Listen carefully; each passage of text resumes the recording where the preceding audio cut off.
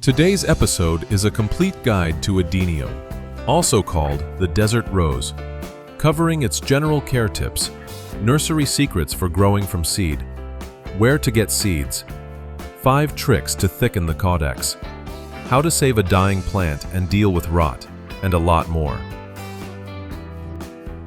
Adenium obeseum, commonly known as desert rose, is a succulent that blooms in red, pink, white, and many other varieties.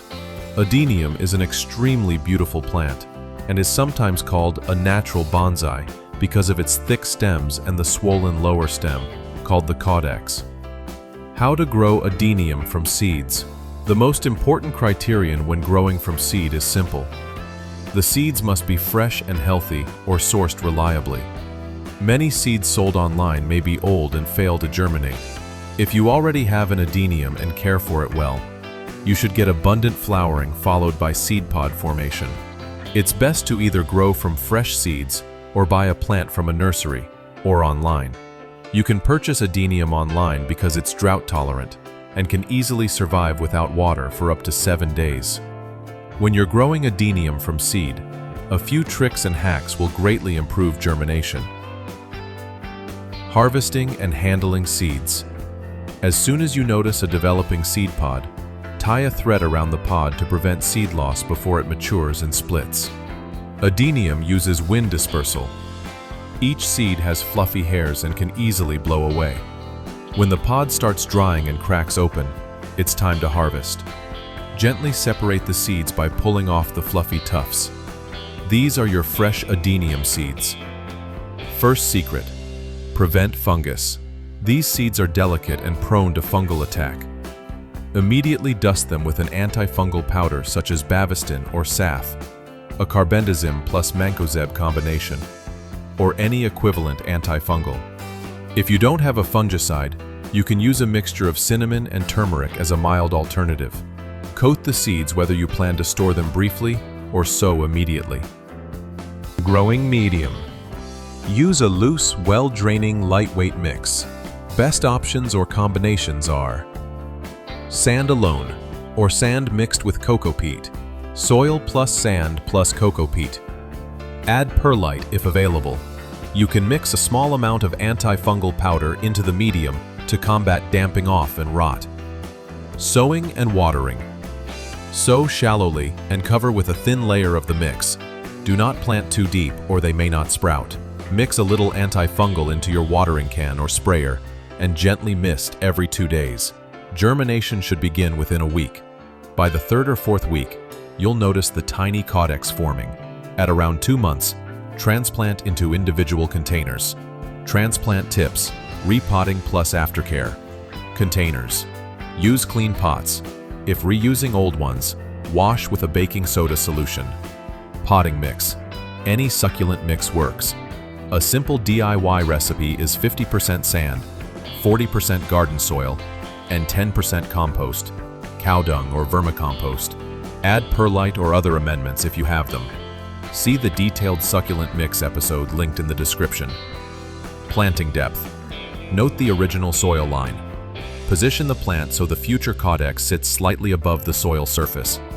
Planting too deep can cause rot and death. Watering and light. Water once. You can add a bit of fungicide to the water, then keep in bright, indirect light for the first week. After that, water about once a week, adjusting for your climate. General care tips for growing Adeniums. 1. Soil. This is the most important factor. Adenium is a desert rose and prefers sandy, free-draining soil. Aim for at least 50% sand or perlite in your mix. See the succulent mix episode linked in the description. 2. Watering. If your soil drains very well, watering frequency matters less. In rainy climates, it can be equivalent to nearly daily watering due to weather. Always ensure multiple drainage holes. As a general rule, water once or twice a week like other succulents, depending on your local climate. 3. Sunlight. Crucial for flowering. Adenium needs maximum sunlight and good humidity for best growth. At least 6 hours of direct sun is a must. Encourage pollinators such as bees and butterflies to improve seed pod formation. 4. Fertilizers. Many growers use water-soluble NPK, but I prefer organic fertilizers, like a handful of decomposed cow dung or vermicompost once every month. During repotting, mix in 1 tablespoon of steamed bone meal, or, for a vegan option, organic rock phosphate.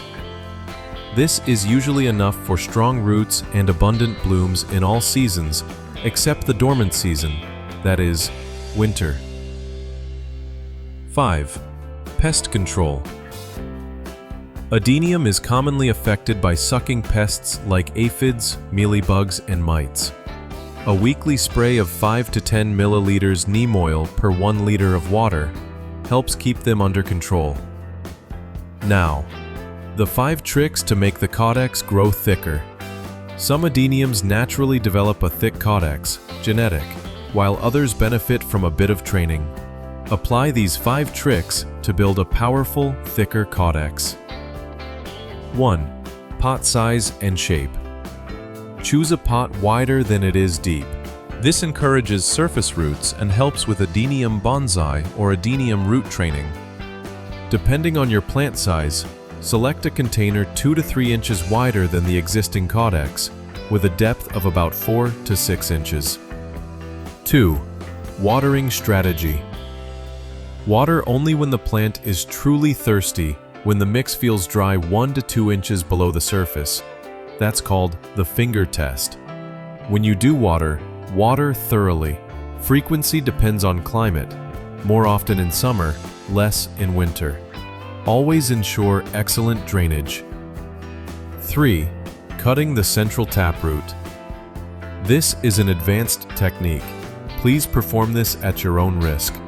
The caudex is a storage organ formed mainly from the stem and partly the root. Trimming the taproot can encourage the caudex to widen and thicken. Before cutting, wash or spray the roots with a hydrogen peroxide solution, about 1 teaspoon per 1 liter of water, or rinse well and then spray hydrogen peroxide. Disinfect your cutting tool with hydrogen peroxide or another disinfectant.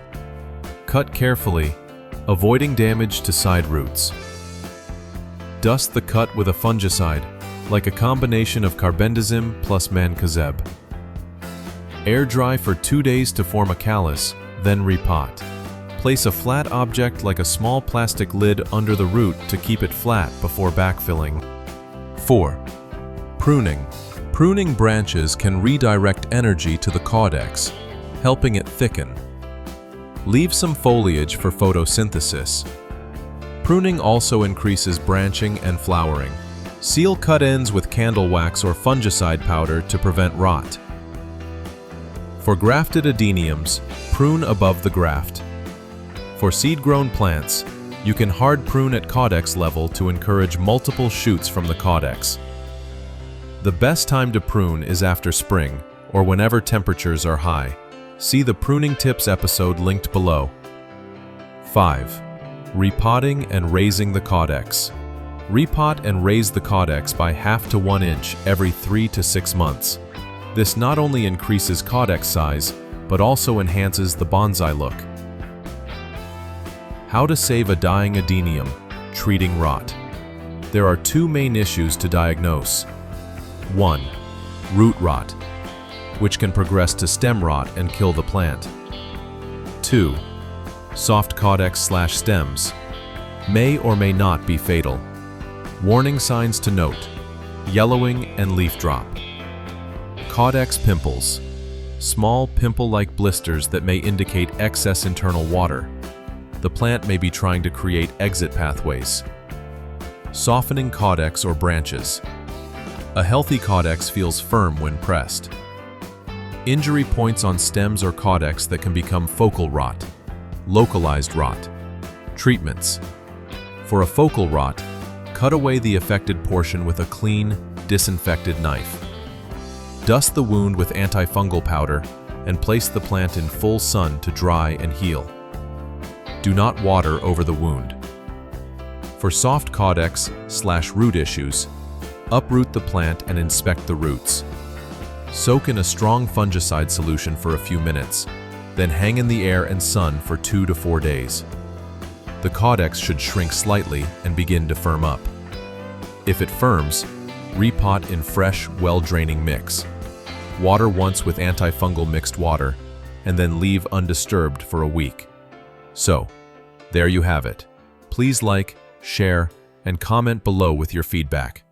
Happy gardening!